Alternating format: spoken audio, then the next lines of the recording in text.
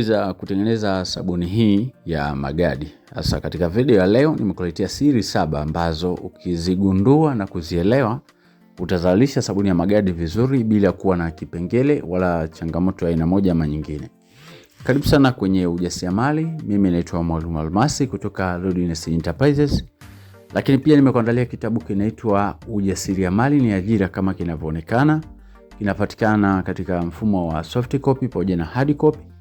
Lakini kuna watu wanahitaji madarasa pia, niwaalike, karibu sana. Ikiwa unahitaji darasa au unahitaji nakala ya kitabu, karibu Tantex kupitia WhatsApp namba 0783 500971. Siri namba 1, tumia mafuta ya mise au mafuta ya mbosa. Mafuta haya ni zao la mchikichi, yanapatikana zaidi Kigoma, Ifakara pamoja na mkoa wa Kigoma zaidi. Kwa hiyo tumia mafuta. Lakini jambo lingine la pili, caustic solution ambayo unaitumia, tunafahamu kwamba mafuta yale tunachanganya kati ya caustic solution pamoja na mafuta yale ya mise au ya mbosa, mafuta ambayo yana asili ya kuganda. Sasa hii siri namba 2, unapotaka kutumia caustic solution, iandae siku moja kabla. Baada ya masaa 24 kabla hujatumia, pima kwa kuhakiki kwa kutumia kifaa kinachoitwa hydrometer. Siri namba 3, wakati unaunganisha kati ya mafuta na caustic solution, lazima uzingatie vipimo.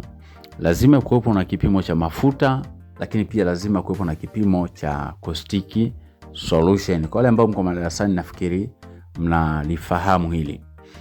Siri namba 4 ambayo itakusaidia zaidi pia, usiunganisha mafuta ya mawese pamoja na mafuta ya mise ikiwa unataka kupata matokeo mazuri yenye sabuni ambayo itakuwa na uwezo mzuri wa kusafisha vyombo, lakini pia uwezo wa kutoa povu jingi zaidi. Kwa hiyo usichanganye mafuta kati ya mise pamoja na mafuta ya mawese.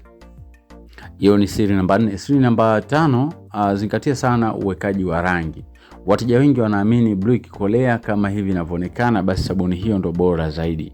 Lakini sabuni ya blue, rangi ya blue isipokolea, wengi wanaamini kwamba ile sabuni imechakachuliwa au haiko katika kiwango kizuri kinachotakiwa.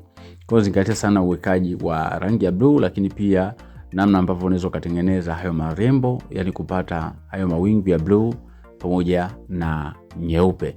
Hiyo ni siri namba 5. Lakini pia siri namba 6, tumia soap mold, yani ile box la kugandishia, liwe box ambalo lina uwezo wa kufunguka.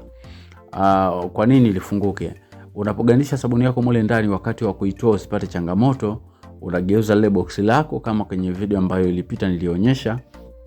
Unatoa lile donge na unafiatua zile loku, linatoka kirahisi zaidi kuliko usipoweka box la kufunguka.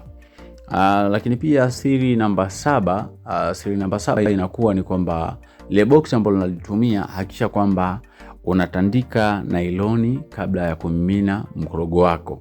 Hakikisha kwamba kabla ya kukoroga mkorogo, kwanza lazima upange ile box lako, utandike box lako vizuri, ulifunge loku zake vizuri, ulitege sehemu ambayo haina mteremko, haina mwinuko, haina juu wala chini, iwe level nzuri kabisa. Ikiwezekana unaweza kutumia pima maji kupima hilo eneo kwa ajili ya kuweka soap mold, kwa ajili ya kupata level nzuri ya sabuni yako.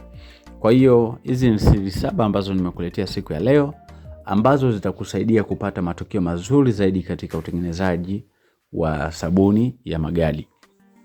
Kwa hiyo nakualika sana, kama unapenda kujifunza ujasiriamali, karibu sana. Unaweza ukanitext kupitia WhatsApp namba 0783500971 au ukajipatia kitabu kinachoitwa Miliki Kiwanda Chako au Ujasiriamali ni Ajira. Vitabu hivi vyote vitakufaa zaidi katika utengenezaji wa bidhaa mbalimbali za viwandani.